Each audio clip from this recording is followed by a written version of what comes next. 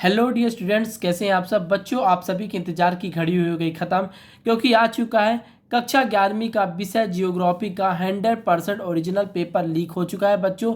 जहां पर आप इसका बारकोड स्कैनर पूरा मिला सकते हैं बच्चों। आपको मैं पूरा क्वेश्चन दिखा दूं, इस टाइप के क्वेश्चन है जो आपके एग्जाम में देख लीजिए, आपके कल के एग्जाम में आने वाले हैं बच्चों। तो आज की इस वीडियो पे बच्चों मैं आपको पूरे 70 के नंबर के 70 क्वेश्चन का पूरा हल भी कराने वाला हूँ। आप देख लीजिए, इसका पूरा आंसर भी मैंने ढूंढ के ले आया है। बस आप सभी को करना क्या है, जल्दी से वीडियो को लाइक कर लेना है, चैनल को सब्सक्राइब कर लेना है और अपने दोस्तों तक इस वीडियो को जल्दी जल्दी शेयर कर देना है। क्योंकि आज इस वीडियो को आप पूरा कंप्लीट देखने के बाद कल के एग्जाम में आप 70 में 70 लाने पे आपको कोई भी नहीं रोक सकता है। तो चलिए बच्चों, वीडियो स्टार्ट करते हैं। और आप सभी को बता दें, यह पेपर है यह जो वीडियो वाला पेपर है किसी भी वक्त डिलीट हो सकता है। तो इसलिए आपको सबसे पहले वीडियो को डाउनलोड कर लेना है। और बता दें, यह जो क्वेश्चन पेपर है हिंदी और इंग्लिश दोनों माध्यम के छात्रों के लिए यह पेपर होने वाला है। तो जल्दी से चलिए वीडियो स्टार्ट करते हैं बच्चों, ठीक है। और यहाँ पर आप देख सकते हैं, यहाँ पर आपको कुछ निर्देश दिया गया है। आपके पास टाइम है तो पढ़े, नहीं है तो कोई दिक्कत नहीं है, ठीक है ना। उत्तर कोई खास बात नहीं है इसको। तो पहला प्रश्न आता है बच्चों, सही विकल्प चुनकर लिखिए। पहला है, भूगोल का जनक किसे कहा जाता है। ऑप्शन है इरेटोस्थेनीज, हिप्पोकर्स, हिकैटियस या अलेक्जेंडर वॉन हम्बोल्ट। तो आप सभी को जो इसका सही उत्तर लगाएंगे बच्चों, ऑप्शन नंबर आ इरेटोस्थेनीज सही उत्तर हो जाएगा, ठीक है। अगला है, पृथ्वी की सबसे ऊपरी परत है, तो बताना है सियाल, सीमा, नीफे या क्रस्ट। तो आप सभी को इसका जो सही उत्तर लगाएंगे बच्चों, क्रस्ट इसका सही उत्तर हो जाएगा, ठीक है। अगला आता है, अधात्विक खनिज है, तांबा, सीसा, सल्फर, एल्युमिनियम।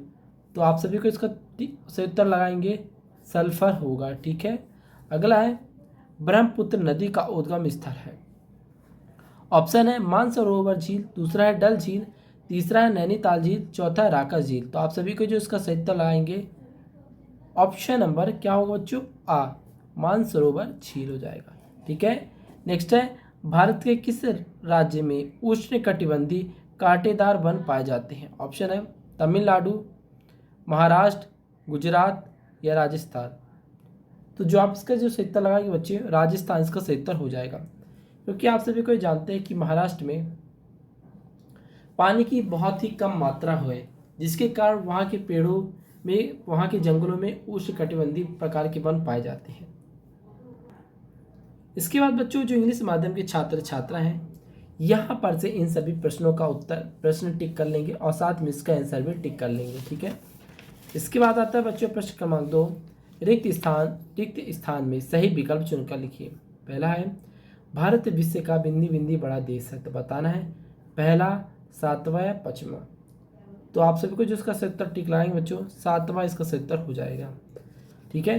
अगला है, इकोलॉजी शब्द बिंदी बिंदी भाषा का है। तो बताना है ग्रीक, लैटिन या अंग्रेजी। तो आप बताओगे बच्चों किसका है, ग्रीक का है, किसका, ग्रीक का है, ओके।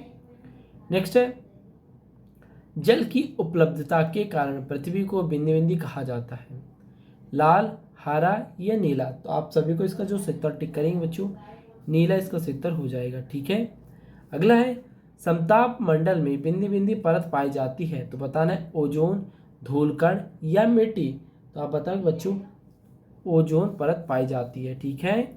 अगला है, अग्नेय लैटिन भाषा के बिंदी बिंदी शब्द से लिया गया है,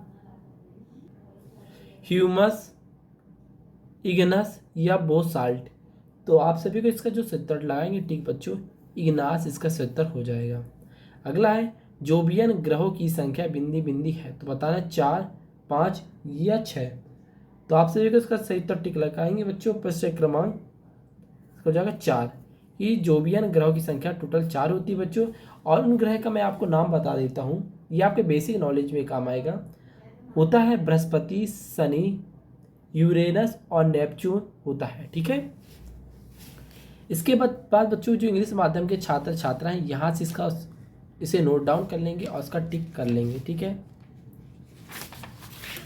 इसके बाद आता है बच्चों प्रश्न क्रमांक 3, सही जोड़ी बनाकर लिखिए। ऑप्शन है आंतरिक ग्रह कौन सा है। तो आप में इसमें सही भी टिक करेंगे, शुक्र होगा, ठीक है। दूसरा है, नदी निक्षेपण क्या है। तो आप बताओगे बाढ़ का मैदान। क्या बच्चों, बाढ़ का मैदान है। थर्ड है, उत्पादक क्या है। तो आप बताओगे उत्पादक हरे पेड़ पौधे, कौन बच्चों, हरे पेड़ पौधे हो जाएगा। ठीक है, अगला है पड़ोसी देश कौन सा है, तो आप बताओ बच्चों पड़ोसी देश आपका कौन है, श्रीलंका है। ठीक है, नेक्स्ट है लूनी नदी, तो आप बताओ कि लूनी नदी कहाँ है, तो आप बता दो कि लूनी नदी कहाँ बच्चों, राजस्थान में है। ठीक है, इस प्रकार से आपके सही जोड़े हुए कंप्लीट। जो इंग्लिश माध्यम के छात्र हैं यहाँ से इसे नोट डाउन कर लेंगे। ठीक है, इसके बाद आता है बच्चों आपका सत असत, मैंने टिक करके ऑलरेडी रखा है यहाँ पर। पहला है वन नीति का उद्देश्य, देश के 33% भाग पर वन लगाना है, तो आप लगा दो इसका उत्तर सत्य। अगला है प्रोजेक्ट टाइगर योजना 1973 में चलाई जा रही है, तो आप बताओगे इसका उत्तर सत्य। नेक्स्ट है करेवा भू आकृति कश्मीर हिमालय में स्थित है, तो आप बताओगे सत्य। नेक्स्ट है सुभेद प्रजातियों को संरक्षण की आवश्यकता नहीं है, तो आप बताओगे असत्य, बल्कि उनको आवश्यकता है। अगला है सागरी जल में लवणता का मुख्य स्रोत हिम नदी है, तो आप बताओगे असत्य, हिम नदी नहीं है बल्कि कुछ और है। अगला है कोहरा एक प्रकार का छोटा बादल है, तो आप बताओगे जी हाँ बच्चों कोहरा एक प्रकार का छोटा बादल, आप लगा दो इसका उत्तर सत्य। ठीक है, इसके बाद जो इंग्लिश माध्यम के छात्र छात्रा हैं यहाँ से इसे नोट डाउन कर लेंगे ट्रू और फॉल्स को। ठीक है ना, उत्तर भी आपका वही बच्चों सेम होने वाला है। ठीक है, नेक्स्ट है बच्चों प्रश्न क्रमांक 5, एक वाक्य में उत्तर लिखिए। पहला है प्रकाश वर्ष किसका मात्रक है, तो पहले बता दें हम आपको पहले इसका क्वेश्चंस का पहले पूरा क्वेश्चंस को समझाएंगे और फिर इसका हम लास्ट में इसका आंसर भी आपको कॉपी में लिखित रूप में दिखा देंगे। ठीक है ना, तो बताना है कि प्रकाश वर्ष किसका मात्रक है, तो आप सभी को उत्तर लगाएंगे इसका प्रकाश वर्ष दूरी का मात्रक है। ठीक है, अगला है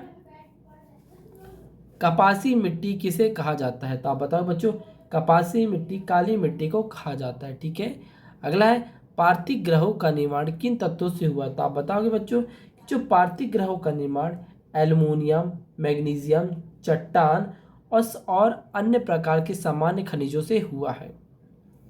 अगला है उष्णकटिबंधीय सदाबहार वन क्षेत्रों में वार्षिक वर्षा कितनी सेंटीमीटर होनी चाहिए, तो आप बताओगे जो वार्षिक वर्षा होती है वहाँ 175 सेंटीमीटर से 200 सेंटीमीटर तक होती है। अगला है श्रीलंका भारत के से किस जल संधि द्वारा अलग होता है, तो आप बताओगे जो श्रीलंका है भारत से पाक जल संधि द्वारा अलग होता है। ठीक है, अगला छठवां है भूगोल में तापमान, वर्षा, आर्द्रता आदि का अध्ययन किस शाखा के अंतर्गत किया जाता है, तो आप सभी को बच्चों इसका जो सही उत्तर लिखेंगे जलवायु विज्ञान, क्या लिखेंगे जलवायु विज्ञान लिखेंगे। ठीक है, इसके बाद जो इंग्लिश माध्यम के छात्र छात्रा हैं इसका उत्तर लिख लेंगे, सेम उत्तर होने वाला है। ठीक है, यदि आपको किसी प्रकार की कोई भी डाउट होती है ट्रांसलेट में तो आप हमें कमेंट कर दीजिए, हम उसका आपको सही उत्तर बता देंगे उसमें भी। ठीक है, ठीक बच्चों, इसके बाद हम चलते हैं प्रश्न क्रमांक 6 से। ठीक है, 6 से 7 से 8 से बता दें बच्चों पहले हम इन सभी क्वेश्चंस को आपको समझाएंगे, इसलिए क्योंकि जो set A, set B, set D और सेट सी के जो क्वेश्चन पेपर है उनमें जो क्वेश्चन है सभी क्वेश्चंस आगे पीछे हैं। ठीक है, तो इसीलिए पहले क्वेश्चंस को हम समझा दें आपको, फिर लास्ट में हम आपको इसका आंसर भी बता देंगे, तो आप खटाखट वहाँ से कॉपी पे नोट डाउन कर लीजिएगा और पीडीएफ तो आपको मिलने ही वाला है, तो आप पीडीएफ से इसे भी नोट कर लीजिएगा। ठीक है, तो चलिए छठवां है भौतिक भूगोल की कोई 4 शाखाओं का नाम लिखिए। इसके लिए आपको 2 नंबर मिलने वाले हैं बच्चों। ठीक है, यहाँ पर आपको जो भौतिक भूगोल है ना उनकी शाखाओं को 4 विशेषताएं नहीं, यहाँ पर बच्चे गलती करेंगे, विशेषताओं को नहीं आपको 4 शाखाओं का उनका नाम लिखना है। ठीक है, 8वें में पूछा गया है भूगोल के इतिहास से संबंध स्पष्ट लिखिए, मतलब बच्चों यहाँ पर आपको भूगोल का इतिहास लिख देना है कि भूगोल होता क्या है, कौन इसका आविष्कारक है, भूगोल किस शब्द से उत्पत्ति हुई, सब बता देना आपको। ठीक है, इसके बाद प्रश्न क्रमांक 7 ओस क्या है। देखो ठंडी के समय आपने देखा होगी कि ओस की बूंदे, पानी की बूंदे होती छोटी छोटी जो घासों में जम जाती है, यदि आपने कभी सुबह घूमा होगा तो अक्सर इन्हें देखा होगा घास पे। ठीक है, उसी को ओस कहते हैं। ठीक है, जो 2 नंबर का ये होने वाला है बच्चों। ठीक है, 8वें में है वायुमंडल के संगठक तत्वों को लिखिए, आपको बताना है कि जो वायुमंडल होती है उसमें जो संगठक तत्व होते हैं उनका नाम आपको बता देना है। ठीक है, इसके बाद आता है प्रश्न क्रमांक 8 जैव विविधता से क्या आशय है। ठीक है, किससे? जैव विविधता यहाँ पर आपसे पूछा है। ठीक है, आपको यहाँ इसके लिए भी 2 नंबर मिलने वाले हैं। अथवा दुर्लभ प्रजातियों से क्या आशय है? क्या बताना बच्चों कि दुर्लभ प्रजातियाँ किसे कहते हैं? ठीक है, उसका आपको बताना है। इसके बाद प्रश्न क्रमांक 9, भारत को उपमहाद्वीप क्यों कहा जाता है? बताना कि जो भारत है उसे उपमहाद्वीप क्यों कहा जाता है, इसके लिए आपको 2 नंबर मिलने वाले हैं। अथवा अक्षांश रेखाओं की कोई 2 विशेषता लिखिए। क्या बच्चों? अक्षांश रेखाओं की यहाँ पर आपको 2 विशेषताओं को लिखना होगा। प्रश्न क्रमांक 10 है बच्चों, अपवाह से आप क्या समझते हैं? ठीक है, इसके लिए आपको 2 नंबर मिलने वाले यहाँ पर। अथवा में पूछा गया पंचनद की प्रमुख नदियों के नाम लिखिए। क्या बच्चों? आपको पंचनद में जो प्रमुख नदियाँ उनके नाम को लिखना है यहाँ पर। इसके बाद आता है प्रश्न क्रमांक 11, डेल्टा किसे कहते हैं? यहाँ पर आपको इसके लिए 2 नंबर मिलने वाले कि डेल्टा किसे कहते हैं। अथवा अरब सागर में गिरने वाली 4 प्रमुख नदियों का नाम लिखना है। किसका बच्चों? यहाँ पर आपको नदियों का नाम लिखना है, लेकिन उन नदियों का नाम लिखना है जो अरब सागर में गिरती हैं। इसके बाद आता है प्रश्न क्रमांक 12, मृदा अपरदन की कोई 2 कारण लिखिए। ठीक है, यहाँ पर इसका नंबर आपको 2 नंबर मिलने वाले हैं। मतलब मिट्टी का कटाव क्यों होता है, किन कारणों से होता है जो मिट्टी का कटाव होता है, तो आपको बताना है कि पेड़ों को नहीं लगाने के कारण ही वहाँ पर मिट्टी का कटाव होता है, क्योंकि उनमें जो अणुओं की बंधता होती है वो कमज़ोर हो जाती है। ठीक है, अथवा सामाजिक वानिकी क्या है? आपको सामाजिक वानिकी के बारे में बताना है यहाँ पर। इसके बाद आता है प्रश्न क्रमांक 13, सुनामी क्या है? देखिए, सुनामी तो आप सभी को लगा दोगे कि ऊंची ऊंची लहरों वाले उठने के कारण सुनामी। ठीक है, अथवा बाढ़ नियंत्रण के 2 उपाय लिखिए। यहाँ पर आपको बताना है कि बाढ़ नियंत्रण, जैसे बाढ़ कहीं बहुत ज़्यादा आती है तो वहाँ पर उसको नियंत्रित करने के लिए ऐसे क्या उपाय करने चाहिए, वहाँ पर आपको ये बताने हैं। इसके बाद आता है बच्चों आपका पृथ्वी के ऊष्मा बजट को समझाइए। यहाँ पर से आपके सभी प्रश्न 3-3 नंबर के होने वाले हैं बच्चों, देख लीजिए। ठीक है ना, यहाँ पर आपको बताना है कि पृथ्वी में जो ऊष्मा बजट को आपको बताना है। अथवा में वायुमंडल के संघटक तत्वों के नाम लिखिए। देखिए, जो वायुमंडल में जो जो तत्व मिले रहते हैं, जैसे सोडियम हो गया, ठीक है ना, और नाइट्रोजन ऑक्साइड हो गया, ये सब मिले रहते हैं ना। ठीक है, तो उनके संघटक और तत्वों के आपको यहाँ पर नाम बताना है। इसके बाद आता है प्रश्न क्रमांक 15, अटलांटिक महासागर की किन्हीं 3 धाराओं का वर्णन कीजिए। ठीक है, अथवा जल चक्र का सचित्र वर्णन कीजिए। यहाँ पर देख लीजिए, आपको 3 नंबर मिलने वाले हैं इसके लिए। तो यहाँ पर आपको बताना है कि अटलांटिक महासागर की 3 धाराओं का नाम लिखना है। ठीक है ना, ये सब कर लेंगे आप। इसके बाद आता है प्रश्न क्रमांक 16, प्रदीपी पठार की नदियों व हिमालय पर्वत श्रेणी की नदियों में अंतर लिखिए। क्या करना बच्चों? आपको प्रदीपी पठार की नदियों और हिमालय पर्वत की नदियों पे आपको क्या लिखना है? अंतर लिखना है। देखिए, यहाँ पर आपको अंतर जो है ना, टोटल 3 अंतर लिखने। कितने बच्चों? टोटल 3 अंतर यहाँ पर आपको लिखने होंगे इसके लिए। ठीक है, अथवा पूछा गया है गंगा नदी अपवाह तंत्र की 3 प्रमुख नदियों का वर्णन कीजिए। किसका? गंगा नदी जो अपवाह तंत्र है, इनकी 3 प्रमुख नदियों का आपका वर्णन करना है। इसके बाद आता है प्रश्न क्रमांक 17, भूकंप क्या है? भूकंप आने के 2 कोई कारण लिखिए। अथवा भूस्खलन क्या है? इसके 2 दुष्परिणाम लिखिए।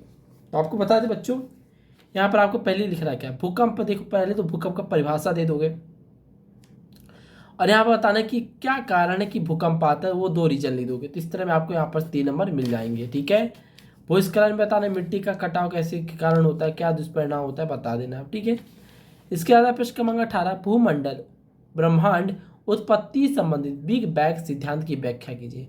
यहाँ पर बच्चों आपको बिग बैंग जो सिद्धांत आपके पाठ्य पुस्तक में दिए गए उसके बारे में आपको बताना है। अथवा पृथ्वी की आंतरिक संरचना का सचित्र वर्णन कीजिए। किसका बच्चों? जो पृथ्वी की आंतरिक संरचना होती है उसका बारे में आपको वर्णन करना है। यहाँ पर आप देख सकते हैं इन प्रश्नों के लिए यहाँ पर आपको 4 नंबर मिलने वाले। कितने? 4 नंबर मिलने वाले हैं। ठीक है, इसके बाद प्रश्न क्रमांक 19, सेल किसे कहते हैं? सेलों के प्रकारों का उदाहरण सहित व्याख्या कीजिए। ठीक है ना, किसका उदाहरण सहित व्याख्या करना है? सेलों किसे कहते हैं, उनका उदाहरण का व्याख्या करना है। यहाँ पर आप देख सकते हैं इसके लिए आपको 5 नंबर मिलने वाला है बच्चों। इसके बाद अथवा पूछा गया नदी अपवर्तन से निर्मित स्थल कृतियों का सचित्र वर्णन कीजिए। क्या बताना है आपको?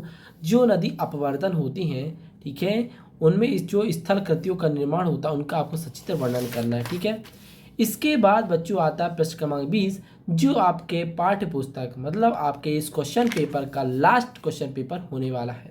ठीक है, तो देखिए, तो क्वेश्चन नंबर 20 प्रश्न पूछा गया है, भारत के सीमाकार मानचित्रों के में निम्नलिखित को प्रदर्शित कीजिए। देखिए, आपको जब पेपर दिया जाएगा ना, तो आपको एक मानचित्र वाला पेपर दिया जाएगा, एक A4 साइज का पेपर दिया जाएगा, जिसमें आपका नक्शा बना होगा। उस बने बनाए नक्शे में आपको लक्षद्वीप समूह, सुंदरबन डेल्टा, नर्मदा नदी, बॉम्बे हाई और कान्हा किसली को प्रदर्शित कर देना है। यदि आपसे ये नहीं बनता तो कोई दिक्कत वाली बात नहीं, आप इसका अथवा में जो दिया गया भारत के इसका, यहाँ पर गंगा नदी, खब्बात की खाड़ी, काली मिट्टी का क्षेत्र, हीरा उत्पादक क्षेत्र और छोटा नागपुर का जो पठार है आप देख सकते हो, इन्हें आपको प्रदर्शित कर देना है बच्चों। ठीक है ना, जो इंग्लिश माध्यम के छात्र छात्राएं यहाँ से इसे नोट कर लेंगे। तो इस प्रकार से बच्चों आपने देखा, मैंने आपको जितने क्वेश्चंस कराए थे उन सभी क्वेश्चंस का मैंने इधर तक के सभी क्वेश्चंस का आपको पूरा फुल टू फुल सोल्यूशन करा दिया। बट जो क्वेश्चन इधर से है, इन सभी क्वेश्चंस के लिए मैंने एक नई वीडियो अपलोड की है, जहां पर मैंने इन सभी क्वेश्चंस का पूरा फुल टू फुल आंसर बताया है। तो आपको जो क्या करना है, इसके बाद एक नेक्स्ट वीडियो अपलोड होगी जहां पर आपको इसका पूरा का पूरा उत्तर मिलने वाला है। तो आपको करना है क्या छात्रों, जल्दी से वीडियो को लाइक कर लेना है, चैनल को सब्सक्राइब करके जो लाल कलर का घंटी का आइकन होगा ना, उसे ऑन जरूर कर लीजिएगा, ताकि इसके आंसर शीट की वीडियो जैसे ही अपलोड हो उसका नोटिफिकेशन आपके मोबाइल में सबसे पहले जाए और आप अपने एग्जाम की तैयारी बहुत ही अच्छे तरीके से कर सकें। और इस वीडियो को अपने दोस्तों तक शेयर जरूर करिएगा बच्चों, क्योंकि अभी तो मैं आपको सेट ए का क्वेश्चन पेपर लेकर आया हूँ, इसके बाद मैं आपको सेट बी का, सेट सी का एंड सेट डी का लगातार चारों सेट का क्वेश्चन पेपर देने वाला हूँ। तो आप बता दें बच्चे, तो जल्दी से शेयर जरूर कर लीजिएगा। ठीक है, और ये वीडियो किसी वक्त डिलीट हो सकता है, तो प्लीज़ जल्दी से चैनल को सब्सक्राइब कर लीजिए, वीडियो को लाइक कर लीजिए और डाउनलोड जरूर कर लीजिएगा और अपने सहपाठियों को शेयर कर दीजिएगा। ठीक है दोस्तों, तो आज के लिए बस इतना ही, फिर मिलते हैं नेक्स्ट वीडियो के साथ। जय हिंद, जय भारत।